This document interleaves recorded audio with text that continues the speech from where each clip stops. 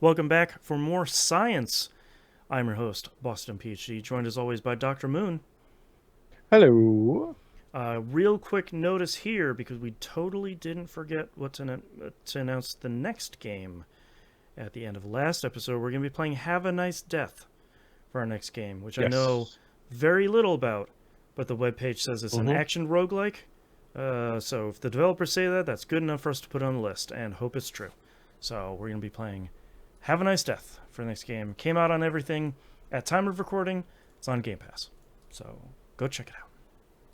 Fingers crossed. But we are here to talk our final thoughts of Go Mecha Ball. We're going to talk about, wrap up our complete thoughts about it. We'll ask the same question we ask every month, which is, are you going to keep playing it or not? Moon, why don't you kick us off? I probably, maybe, like, I'm enjoying playing it, like, quite a fair bit. Um, it's it's an enjoyable, relatively short, um, run around. Yeah.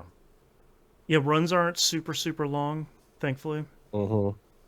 Yeah, Yeah. it's fun to play. Like the controls are pretty solid.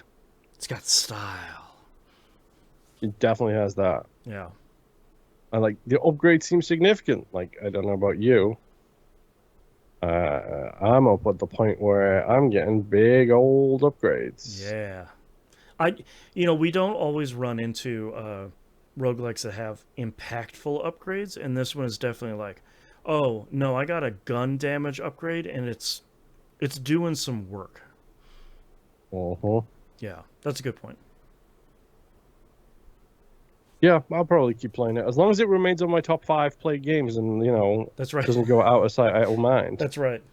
That's right. Yeah, I Go Mecha Ball is probably one of the more pleasant surprises we've played on this show. Of just like, yeah, we'll check Uh-huh. this out, sure. And you're playing, and you're like, oh dang, okay, this is immediately very good and very fun to play. Um, it's one of those games that doesn't, maybe on paper doesn't sound like it's like a pinball, marble madness, isometric shooter roguelike. And it's like, yeah, okay, sure, why not? Um, it works really well. It's super snappy to play. All hail ball mode. It looks great. It sounds great. It controls exactly as perfectly as you would want it to. Um, it's great. The bummer about Go Mecha Ball is like I wish there was more to talk about in it. It's just a really great video game. It's really solid all the way around. Yeah. Like it can, like you said, I think the one is we put on our ridiculous hats. Mm-hmm. My biggest complaint about it is it doesn't do anything really standing out. Sure. Like Sure. the story is whatever, the gameplay is solid and fun, the Right. graphics are really good and fun, the sound is fine and fun, but it just doesn't elevate it to that next level Right. kind of There's no like thing. revolutionary facet to it. And Sure. I'm not expecting every game to be that, for the Right. record. Right. Where this is ranking episode 65, so like played 65 of these games at this point. Like not everyone is going to be redefine the genre. hmm Yeah, that's fair. I know this is slated to come out on PS4 and PS5 here. I think at the end of September 2024 here. So I'll probably buy it there and maybe see if I can go a little bit further into it. But I don't know how much I'm gonna stick with it until that point. The good and bad of this show is there's always another roguelike coming on its heels. So we get a break for a week here in between, and that's kind of all we get. And 2024 Yep. has so many releases in it. I just don't Uh, have the time. So, all right, let's talk about where we're gonna fit this in the list of the greatest roguelikes of all time. Sorry, we've been recording for so long today. Um, mhm. don't forget you can check out the list at weroguelikeit.com. It's always the most up to date. So if you don't want to wait for 20 more minutes for us to figure it out, head over there, or hang, Mm-hmm. stay on the edge of your seat in suspense here. Before the show, we talked about putting it here, starting at number 30. Is Go Mecha Ball better than Spelunky? Spelunky is a legend of the franchise, of the genre. And also a legend of cruelty. Difficulty. I think Go Mecha Ball goes above it. I think just for like having a smoother experience. Go Mecha Ball isn't easy. It's not like a cakewalk through it, but it's a much more smooth experience, I think. Mhm. Is Go Mecha Ball better than Descenders? Two unlikely roguelike hits here. Oh, I do love Descenders. Descenders is great. Descenders is my Alpha Protocol roguelike for the Yeah, forever and ever and ever. and also It like is the a most unlikely successful game. yes. It is fantastic. I love it. It is incredible. It is broken. It is janky. It is It's a labor of barely love. finished. Yeah. Yeah, it's Go Mecha Ball's better. Is Go Mecha Ball better than Wizard of Legend? Speaking of tough games, Yeah. I was trying to think of what else I could talk about with Wizard of Legend other than, dang, that game's hard. But and it like, gets harder. Like that's the scariest part of it. Like it gets harder the further you win. So like by the time you're in like the third world, it is gobsmackingly difficult. yeah. I think Go Mecha Ball is above Wizard of Legend. I think Go Mecha Ball for me is going to be carried pretty far just by ease of control and fun of control. Like that game is just fun to play. Like it feels good to play. Hmm. Yeah, I can go above it. Yeah. Is Go Mecha Ball better than BPM bullets per minute? I really like BPM.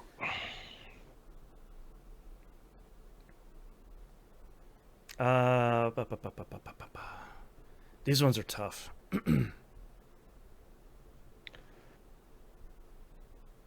I'm not. I'm okay with it staying here, but I think my personal vote would be putting it above. But for what Yeah, reason? I mean, more accessible is one reason. Sure. Mm-hmm. Boston can play it is another reason. Also, I could beat the first boss. I got that going for me.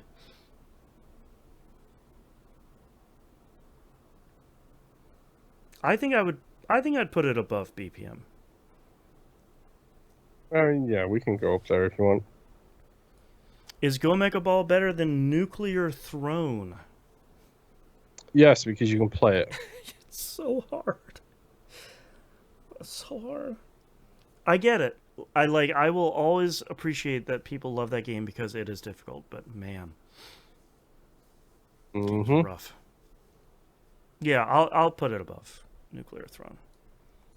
Is Go Mecha Ball better than Risk of Rain 2? Oh boy. This is the tough one because Risk of Rain 2, if you know when you beat the first boss, the boss for the first time, and you finally get the ability to loop, Mm-hmm. that elevates Risk of Rain to a whole different level because then Mm-hmm. you never have to face that boss again. It's really great. The problem is that boss. So bad. I've been meaning to look. They put out the most recent expansion, something Void something. I keep meaning to look like, hey, did that whole situation change with the final boss? I need to remind myself to go look at that. Uh-huh. I would put it above Risk of Rain 2 because I feel like directly comparing the two, I think Risk of Rain 2's overly punishing final boss, at least in the version we played, and its eventual one-shot run ending nature of looping I think kind of those oddities are gonna kind of comparatively will, I think, has Go Mecha Ball getting over Risk of Rain 2 for me. Yeah, I can agree with that. Okay, here's a tough one. Is Go Mecha Ball better than Cult of the Lamb? So this, I think, is an actual really good example of comparing apples to apples. Hmm. Because despite the fact that they're two different games, two different styles of roguelike, it's exactly what I described at the beginning of this episode. They both do multiple things really, really well, but Hmm. not top of the class well. Sure, sure. Because Cult of the Lamb has the village building part that it does really well. It has the dungeon crawling, which it does really well. The combat there it does really well, and the story that I think it does really, really well. Hmm. I think Go Mecha Ball stops here because Cult of the Lamb does more well. I think I will agree with that.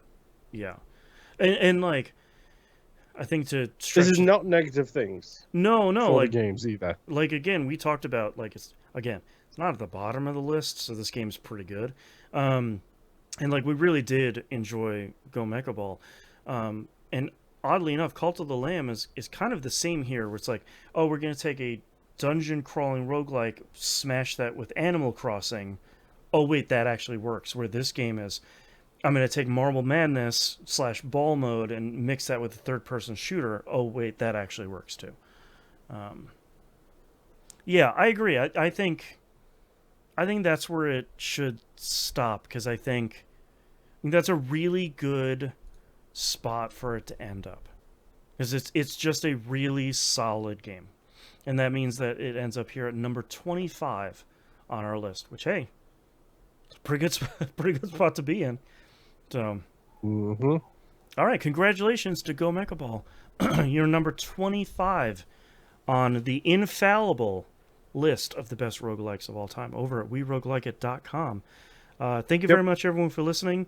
Don't forget the next game that we're going to be playing is called Have a Nice Death. And we hope we'll see you all next run. Bye. Oi.